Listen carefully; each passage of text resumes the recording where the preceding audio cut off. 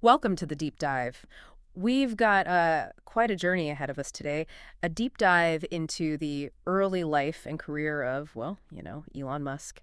Yeah, it's always fascinating to look back at the early days of someone like Elon Musk, Yeah. especially someone who's achieved so much, to see where those ambitions came from, and we've got some really interesting material to work with here. It really gets into those formative years Yeah. up to his first big financial successes. Definitely. I mean, this is a story that's been told and retold, but I think the sources you've pulled together offer some really unique perspectives. Let's get into it. Let's start at the beginning. Okay, so born June 28th, 1971, in Pretoria, South Africa, Elon Reeve Musk. His Yeah. parents were Errol Musk, an electromechanical engineer, Mm. and May Musk, a model and dietitian. Right. Standard upbringing on the surface. But even in those early years, the family dynamics seem to be kind of complex. Yeah, absolutely. I mean, his parents divorced when he was 9, and he made the choice to live with his father, Errol. Yeah. And you know, we can't draw any definitive conclusions from that, but it does raise questions. Yeah, about the impact, right. I mean, you think about a 9-year-old going through that Yeah. and maybe developing I don't know, certain need for validation or maybe even a sense of having to be self-reliant. Yeah, yeah, possibly a kind of internal fortitude, maybe. Mm. You can see how that might play out in his later life, but even beyond that, I mean, it's pretty clear from the materials that even as a kid, Elon was operating on a different intellectual level. Oh, absolutely. This is Yeah. this is a kid who, at 10 years old, is devouring science fiction and get this, programming manuals. Right. Not exactly your average 10-year-old's reading list. No, not at all. I mean, it points to this incredible intellectual drive, this Mm. hunger to understand how things work, and not just on a theoretical level, but like on a practical how to build it kind of level. Exactly. And that's something we see play out very early on, because by 12, he's not only teaching himself to code, but he's actually created a video game. Blastar. Yeah, the Oh, Blaster. yeah. And he sold it for $500. I mean, that's pretty remarkable for a 12-year-old. It's like this early entrepreneurial spirit is already starting to emerge. It really is. I mean, he's identifying a need, he's creating a product to fill that need, and then he's actually selling it. It's a pretty amazing display of initiative. Totally. And that kind of drive seems to stay with him, because as he enters his teenage years, you start to see this clear ambition to look beyond South And Africa. he's looking towards the U.S. He sees it as the place where he can, where he can really make things happen. Yeah. And that's pretty significant. I mean, it suggests that even at that age, he felt like there were limitations in South Africa, that Yeah. his potential couldn't be fully realized there. And so at 17, he makes the move to Canada, attends Queen's University for a while. Yeah, but then he transfers to the University of Pennsylvania, Yeah. ends up earning degrees in both physics and economics. Interesting combination. It is. I mean, But, physics, understanding the fundamental laws of the universe; economics, understanding markets, how value is created. It's a pretty powerful intellectual foundation. And even while he's at Penn, we see those entrepreneurial instincts kicking in again. I'm thinking of that story about him and his friend renting out that 10-bedroom frat house. Oh, right, and turning it into a nightclub. Yeah, I mean, on the surface, it sounds like typical college stuff, but it's more than that, right? Yeah, it's that same ability to spot an opportunity and then, act on it. He's seeing an underutilized asset, he's seeing a potential demand, and he's creating something. Right. It's almost like a mini version of the bigger ventures that he'll go on to create. But first, he heads to Silicon Valley, enrolls in a PhD program in energy physics at Stanford. Right, but that doesn't last long, does it? 2 days. 2 days. I mean, Yeah. that's going to tell you something. The dot-com boom is happening, and he's drawn to it. He sees the potential there, and he's willing to walk away from a pretty secure path to pursue it. It's that calculated risk-taking again, right? Exactly. Yeah. And that leads him to Zip2 in 1996. So for those who aren't familiar, Zip2 was essentially providing online business directories and maps for newspapers. Yeah. It was pretty groundbreaking at the time. I mean, this is the mid-90s, right? Yeah. The internet is still relatively new for a lot of people, and they're basically creating these early online city guides.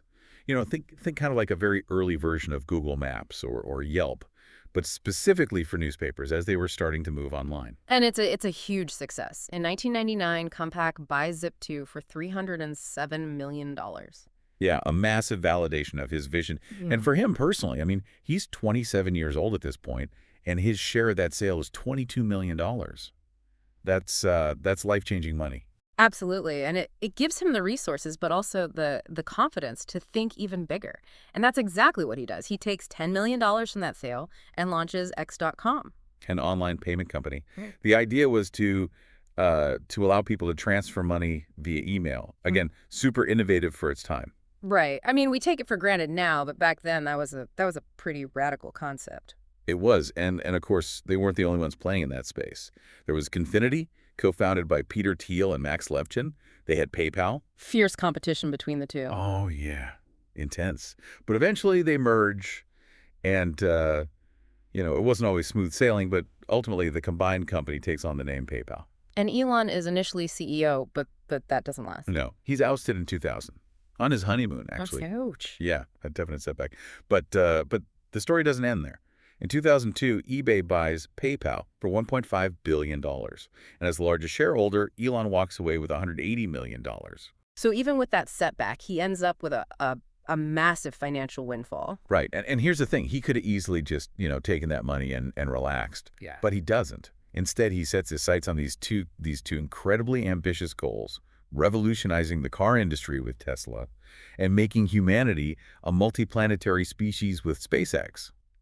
It's almost like he goes from 0 to 100, right? I mean, from online payments to electric cars and space travel. Yeah, and that's something that really sets him apart. This willingness to jump into these seemingly unrelated fields and not just dip his toes in, but like dive head first. So let's talk about Tesla first. Yeah. 2004, he invests $6.3 million in Tesla Motors, becomes chairman of the board. And the early days of Tesla, they were rough, right? Oh yeah, huge challenges, production delays, cost overruns, and a lot of skepticism from the traditional car industry. I mean, they were basically dismissing electric cars as a fringe idea. But Elon was convinced. And meanwhile, he's also laying the groundwork for SpaceX, founded in 2002.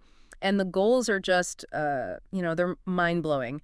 Reduce the cost of space travel and eventually colonize Mars. Yeah, it's like something straight out of those science fiction books he was reading as a kid. Totally. And the early days of SpaceX were also marked by setbacks. Those first 3 launches of the Falcon 1 rocket, all failures. Yeah, a stark reminder of just how difficult and risky space travel is. And by 2008, it seems like both Tesla and SpaceX are on the brink. Yeah, it was a make or break year for both companies. Yeah. But then in September, SpaceX finally achieves a successful launch of the Falcon 1.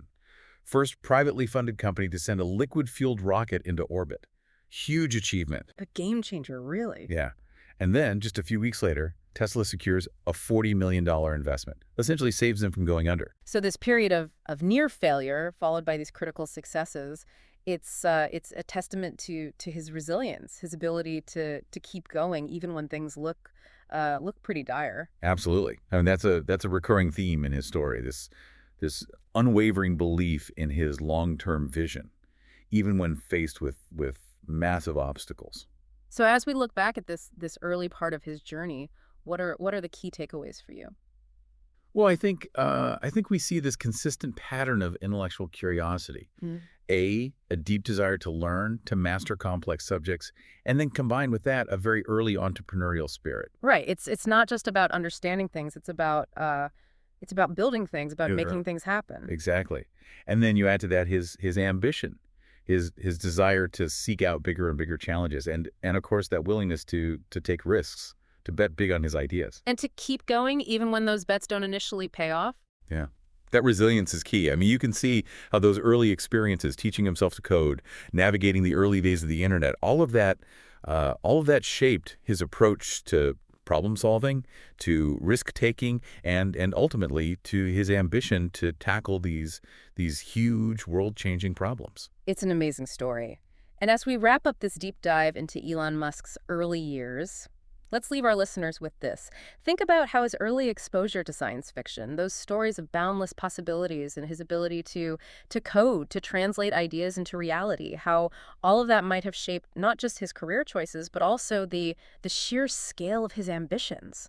What seeds planted in those early years ultimately blossomed into these world-altering goals? That's a fascinating question to ponder. It really is. And it speaks to the power of early influences, of those formative experiences that shape who we become and what we ultimately strive to achieve. Absolutely. Thanks for joining us on the deep dive. Thanks for having me.